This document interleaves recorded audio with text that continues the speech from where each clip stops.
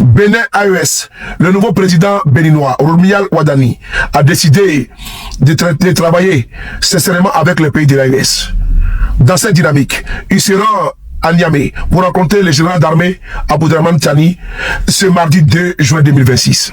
Le nouveau président du Bénin vient d'arriver au Burkina Faso. Très bien reçu par son excellent le capitaine Ibrahim Traoré, le bâtisseur du Burkina Faso. Mais dites-moi dans les commentaires, est-ce qu'il faut faire confiance à ces personnes? Ce matin, l'avion présidentiel transportant Romuald Wadani vient d'atterrir sur le sol nigérien.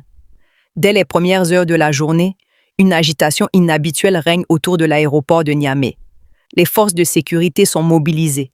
Les journalistes ont pris position depuis longtemps et les caméras du monde entier sont déjà braquées vers la piste. Depuis plusieurs jours, les rumeurs circulaient. Certains parlèrent d'une rencontre décisive. D'autres évoquaient simplement une visite diplomatique parmi tant d'autres. Mais à mesure que l'avion approche du tarmac, chacun comprend que ce qui est en train de se produire dépasse largement le cadre d'un déplacement ordinaire. Lentement, l'appareil ralentit avant de s'immobiliser. Pendant quelques secondes, un silence presque irréel s'installe.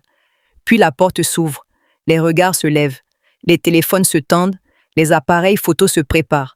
Romuald Wadani apparaît au sommet de la passerelle.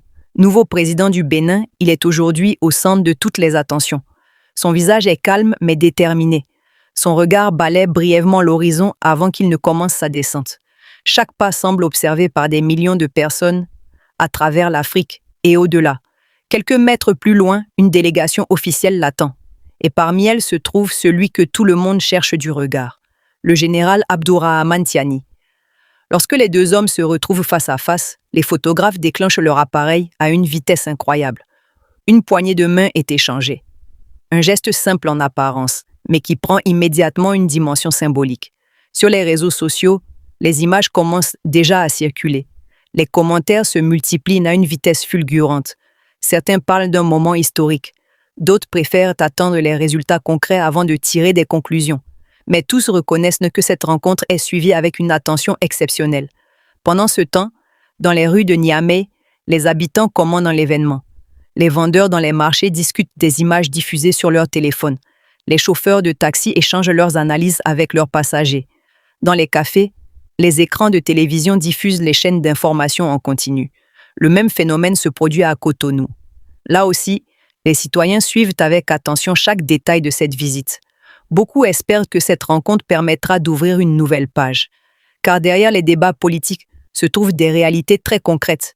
Les commerçants veulent pouvoir travailler dans de bonnes conditions. Les étudiants souhaitent voyager plus facilement. Les familles veulent vivre dans un climat de stabilité. Les entrepreneurs espèrent davantage de coopération économique. Les attentes se sont nombreuses. Le cortège officiel quitte finalement l'aéroport. Les véhicules avancent lentement sous haute sécurité. Les sirènes ouvrent la route. Des habitants observent le passage de la délégation depuis les trottoirs. Certains filment avec leur téléphone. D'autres saluent simplement au passage. L'ambiance reste calme, mais chacun ressent que cette journée est particulière. À mesure que le cortège approche du lieu des discussions, les spéculations continuent de grandir. Quels seront les sujets abordés? Quels accords pourraient émerger? Quelles annonces seront faites à l'issue de la rencontre? Personne ne possède encore les réponses. Pourtant, cela n'empêche pas les observateurs d'analyser chaque détail. Une fois arrivés au palais présidentiel, les délégations prennent place. Les portes se referment. Les discussions commencent. À l'extérieur, les journalistes patientent. Les experts interviennent sur les plateaux de télévision. Les réseaux sociaux continuent de s'enflammer. Chacun tente d'interpréter les images de la matinée. La fameuse poignée de main est désormais visible partout. Pour certains, elle représente un signal fort envoyé à toute la région. Pour d'autres, elle constitue simplement le début d'un dialogue dont il faudra mesurer les résultats dans le temps. Mais une chose est certaine, cette image marque les esprits. Les heures passent. À l'intérieur, les discussions se poursuivent. À l'extérieur, l'attente grandit. Dans plusieurs capitales africaines, les responsables politiques suivent eux aussi l'évolution de la situation. Beaucoup considèrent que la stabilité régionale dépend largement de la capacité des États à maintenir le dialogue. Cette conviction est partagée par de nombreux citoyens. Car au-delà des frontières, les peuples de la région sont liés par l'histoire, la culture, les échanges commerciaux et parfois même par des liens familiaux. Ces réalités dépassent les différences politiques du moment. À la mi-journée, aucune déclaration officielle n'a encore été faite. Pourtant, les spéculations atteignent déjà leur maximum. Les médias diffusent des éditions spéciales.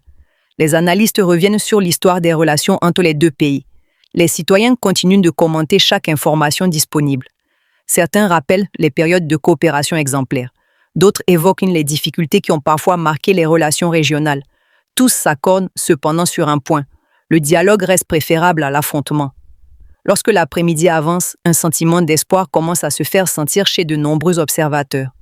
Un espoir prudent, certes, mais réel. Celui de voir les dirigeants privilégier les échanges directs plutôt que les malentendus. Celui de voir émerger des solutions concrètes aux défis communs. Celui de voir les peuples bénéficier d'un climat plus favorable à la coopération et au développement. À mesure que le soleil descend lentement dans le ciel de Niamey, l'attention médiatique reste intacte. Les journalistes continuent d'attendre la moindre déclaration. Les citoyens restent connectés à leur téléphone.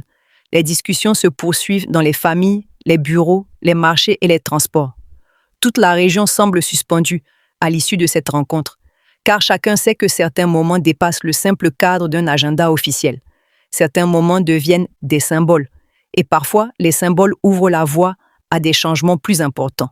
La soirée approche, les lumières de la capitale commencent à s'allumer. Les délégations poursuivent leurs travaux. Les observateurs restent mobilisés. Les citoyens continuent d'espérer. Quelle que soit l'issue finale de cette journée, une chose apparaît déjà clairement. L'image de ce matin restera gravée dans les mémoires. Celle d'un avion présidentiel se posant à Niamey. Celle d'un nouveau président béninois, descendant les marches de son appareil. Celle d'une poignée de main observée par toute une région. Et celle d'un instant où, pendant quelques heures au moins, l'Afrique de l'Ouest a retenu son souffle en regardant deux dirigeants se rencontrer et choisir la voie du dialogue.